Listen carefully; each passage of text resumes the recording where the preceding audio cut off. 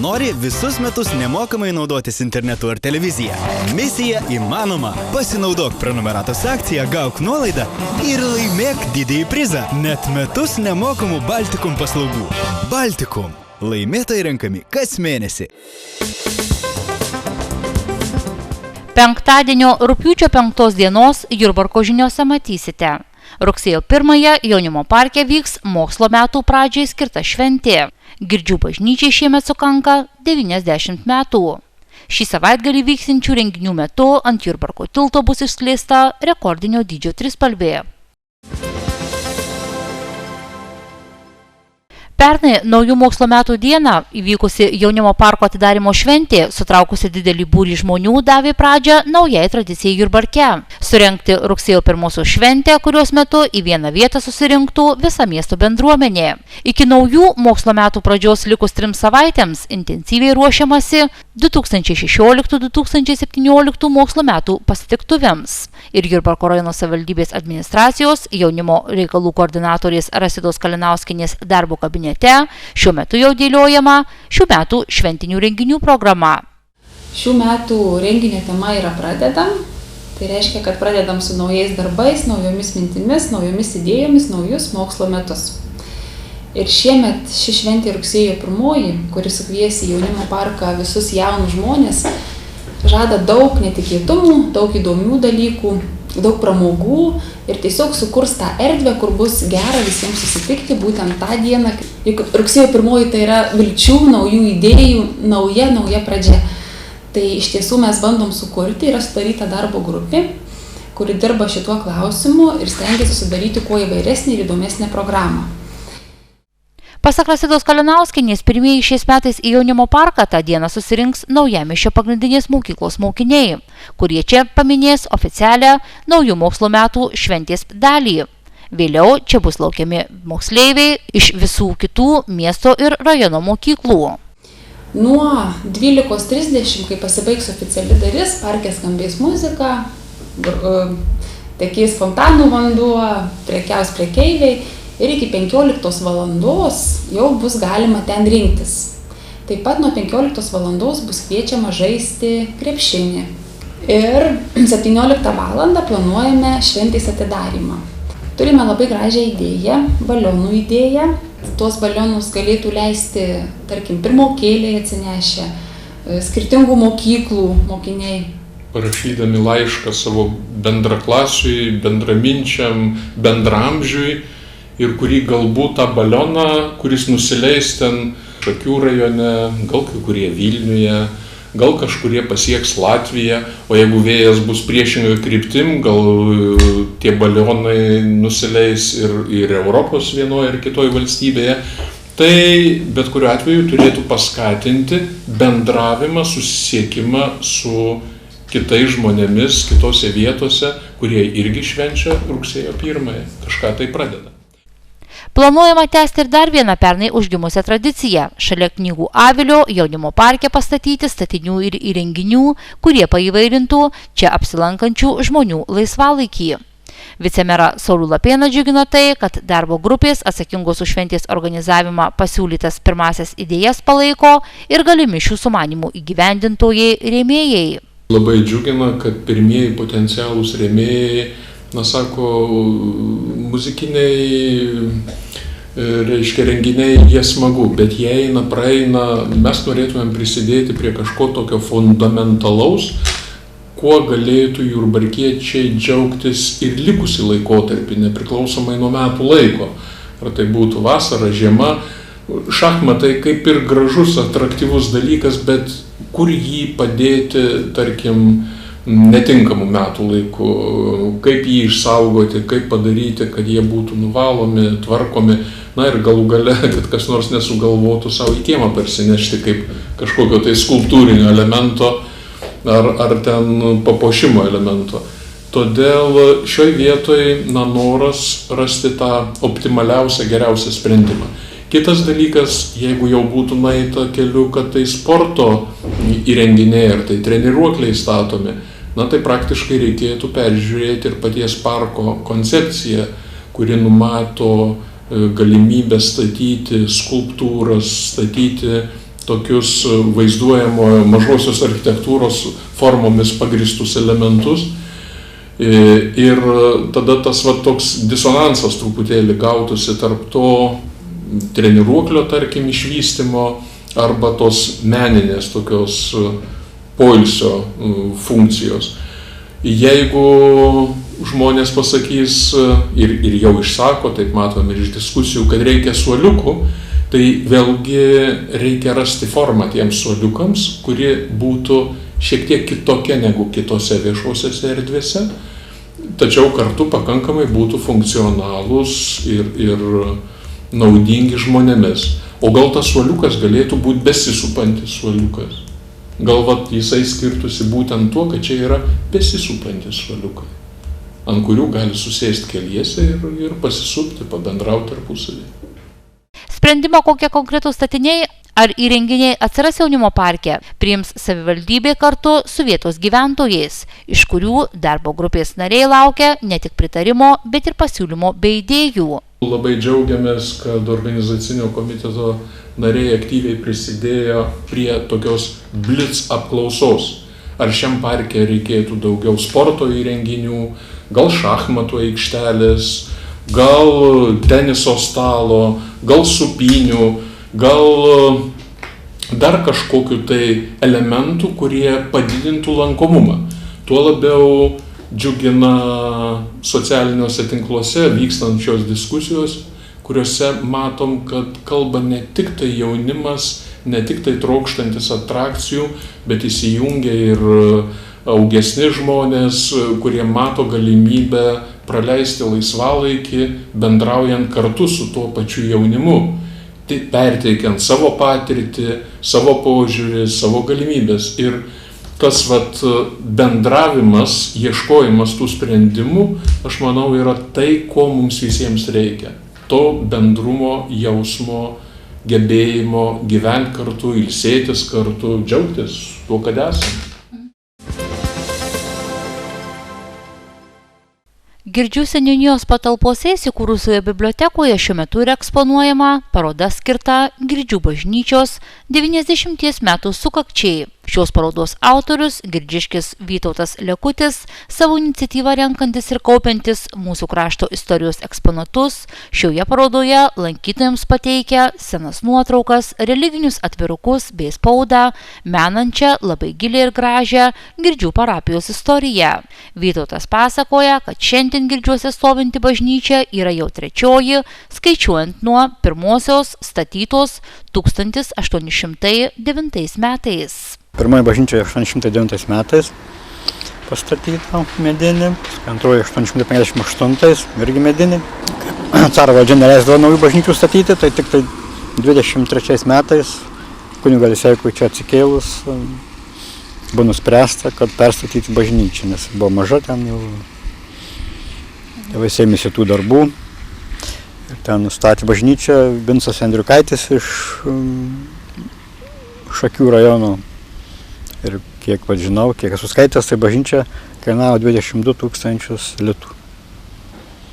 Tai labai daug parapiečiai prisidėjo, čia akmenis vežė, lentas ir pamatus kasė. Tuo metu bažnyčios statytojas buvo Albinas Alseika. Ten irgi labai žymus žmogus, knygnešys, dirbęs pogrindyje, kai tarnavo Nemėlio Radviliškyje. Toks labai žymus žmogus. Iki naujos bažnyčios pastatymo šventoriuje buvusi mūrinė kryžiaus kelio koplytėlė su atitinkamais paveikslėliais viduje, pastačius naują bažnyčią, buvo nugriauta. Ant akmeninio pamato iš plytų išmūrytos stacijos buvo 2,5 metrų aukščio, apdengtos gontais. Ant staugelių buvo po nedidelį pagražinimą. Stacijų durelės buvusios su stiklais, o paveikslus apie 1880 metais čia piešė Serafinskis. 1923 metų inventorinėme bažnyčios aprašyme, kuriuo kunigas Jurgelevičius perdavė bažnyčios inventorių kunigui Alseikai, pažymima, kad bažnyčios stovis nekoks, sena, viskas apipuvę, stogas kai kur kiauras, bažnyčiai reikalingas arba labai didelis remontas, arba naujos statybos.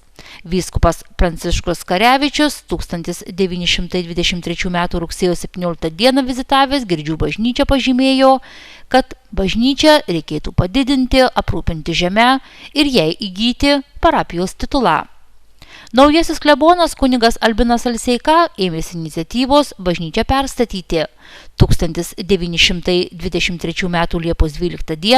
iš Lietuvos atstatymo komisariato buvo gautas leidimas, kuriuo leidžiama Raseinių apskrities Girdžių bažnyčios komitetui padidinti seną medinę bažnyčią. Senoji koplyčia buvo nugriauta.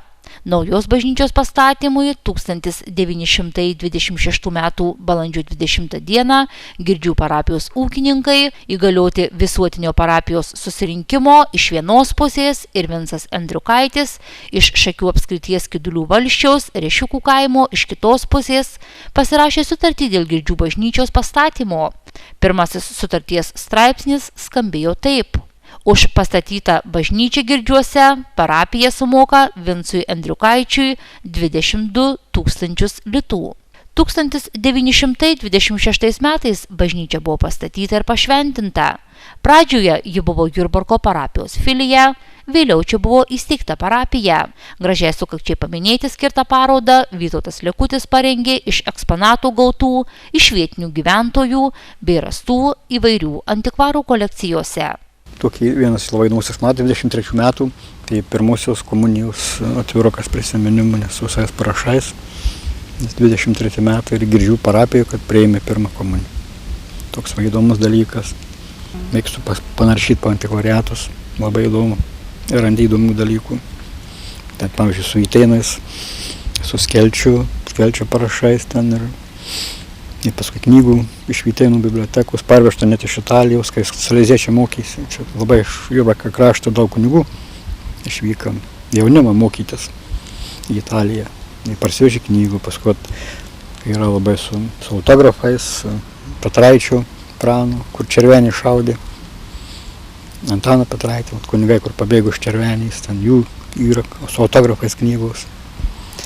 Turiu tokių dalykų, paskui Gusta.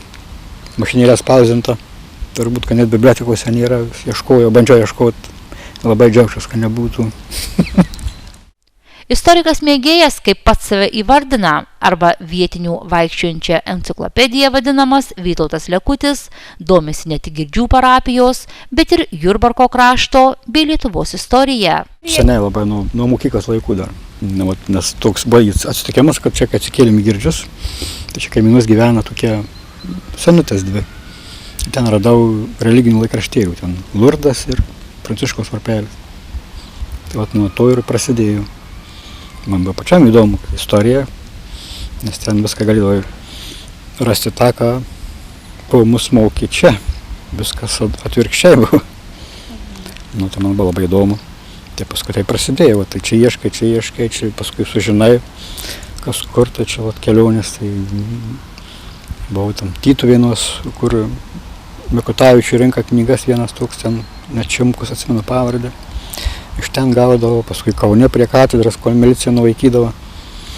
Ten žmonės įsidėliodavo visokius laikraščius, ten žurnalus. Tai va ten paskui sužinai, pas kitą, tai paskui knygų. Paskui Lietuvų archyvas, kur Rainiuos ten žudė. Nuotraukų sudėta, 4 tomai išėjo. Tuos įsigijau ten už, tais laikais už nemažus pinigus rusų laikais. Po Girdžių bažnyčios 90 metų sukakčiai paminėti skirtos parodos Vytautas Lekutis Girdžiškius pakvies susipažinti su lietuviškos knygos atsiradimo istorija. Sausio mėnesį su bibliotekininkė galvojom, pirmusios knygos čia bus jubiliejus, 470 turbūt, nuo Mažvydo katekizmo. Kažką pritemsim prie tos parodos. Katekizmo neturim Mažvydą, bet ką nors sugalvoti. Rytoj ir sekmadienį Jurbarke vyks gausybė pačių įvairiausių renginių, pradedant sportą ir baigiant gražiomis akcijomis ir atrakcijomis. Šeštadienį nuo 7 val. Ryto iki 9 Jurbarko krašto muziejaus koncertų ir parodų salėje vyks registracija į tarptautinį žygeivių festivalį, kuris rugpjūčio 5-7 dienomis vyks Jurbarke. Šiemet žygeivių trasa nusidrieks per rajoną. Pirmasis startas 9:30 min. Bus duotas prie Raudonės pilies, o finišuojama prie Jurbarko koncertų ir parodų salė. 10 val. Ryto Jurbarko Vytauto Didžiojo pagrindinės mokyklos stadione prasidės futbolo turnyras skirtas iš Jurbarko kilusiam garsiam lakūnui, futbolistui Romualdui Marcinkui atminti. 14 val. Visi besidomintys lietuviškos aviacijos istorija yra laukiami Jurbarko krašto muziejuje, kur veiks kilnojama paroda apie tarpukario aviacijos istoriją ir bus rodomi dokumentiniai filmai.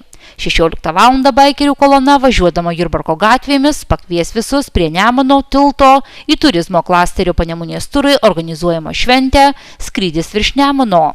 Šventės metu vyks modelinių lėktuvėlių pasirodymas, bus galima pajodinėti žirgais, pasigrožėti parasparnių skridimu ir patiems paskraidyti oro balionu. 17 val. Visi kviečiami į akciją Pridėk savo ranką prie ilgiausios trispalvės virš Nemuno upės. Šioje akcijoje laukiami visi jurbarkiečiai ir žygeivių festivalio dalyviai.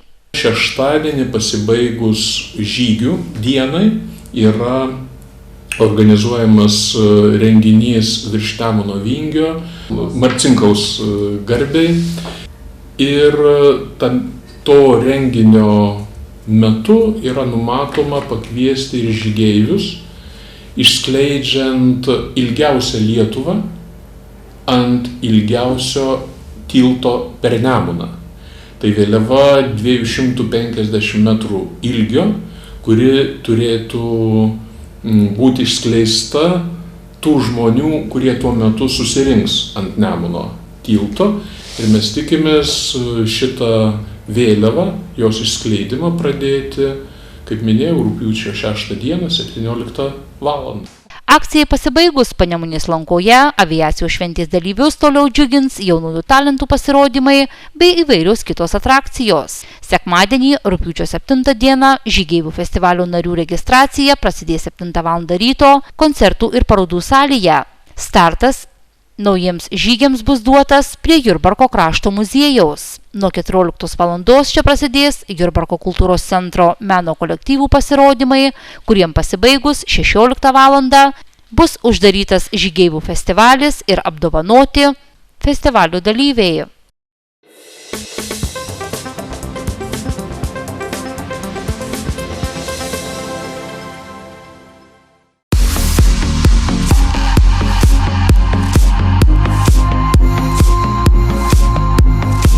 Šiandien išleistame naujausiame mūsų laiko numeryje skaitykite. Šauktiniams pirmosios kariuomenės rutinos, pamokos ir pokštai rašoma. Pirmadienio rytmetį į Jurbarko kultūros centro mažąją salę rinkosi privalomąją karinę tarnybą atlikti panorę šauktiniai. Dauguma jų vos baigė mokyklas jaunuoliai, todėl išvykimas iš namų ir artimos aplinkos pakeitimas jiems tikras išbandymas. Plačiau apie tai skaitykite šios dienos numeryje. Kitoje publikacijoje pavadintoje Įamžins netragišką Jurbarko žydų lemtį, bet jų gyvenimą ir kultūrą rašoma. Izraelio ambasadorius Amiras Maimonas savo pažadą duotą Jurbarke birželio pradžioje ištesėjo. Jau spalį Jurbarko krašto visuomenė turėtų būti pristatytas paminklo projektas, kuris įamžins Jurbarko žydų atminimą Kauno gatvėje, būsimoje sinagogos aikštėje. Su projektu visuomenė turėtų susipažinti spalį per Izraelio dieną, kuri beje Jurbarke bus minima pirmą kartą. Žydų atminimo Jurbarke įamžinimo darbų jau ėmėsi skulptorius iš Izraelio, jurbarkietiškų šaknų turintis Davidas Zandelovičius. Sekmadienį lankęsis Jurbarke. Vidiniuose laikraščio Mūsų laikas puslapiuose išspausdintuose straipsniuose dar rašoma apie lakūno Romualdo Marcinkos garbei surengtą šventę, įsibėgėjančią javapjūtę bei Lietuvos pašto įspėjimą, jog laiškai, siuntos bei prenumeratos bus paliekamos tik tvarkingose pašto dėžutėse. Visas šias ir dar daugiau naujienų rasite naujausiame Mūsų laiko numeryje. O rytoj skaitytojus pasieks ir naujas Šviesos numeris. Savivaldybei nesiseka su konkursais laisvams darbo vietoms užimti. Vienus reikia stabdyti dėl įstatymų netitinkančių dokumentų, kiti nesulaukia tinkamų kandidatų.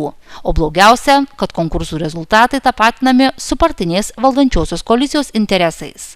Plačiau apie tai skaitykite straipsnėje pavadintame Pasitikėjimą žlugdo lendantys partiniai interesai. Kitoje publikacijoje pavadintoje Pagalbos centras tramdys piktavalius rašoma.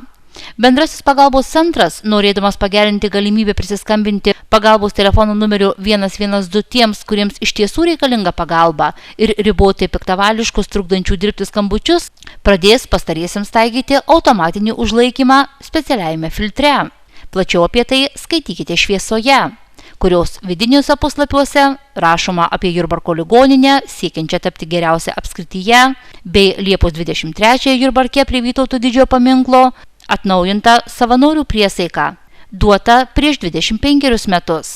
Na, o paskutiniai laikraščio puslapiai kaip vis atskiriami sportui ir kitoms rajonų naujienoms.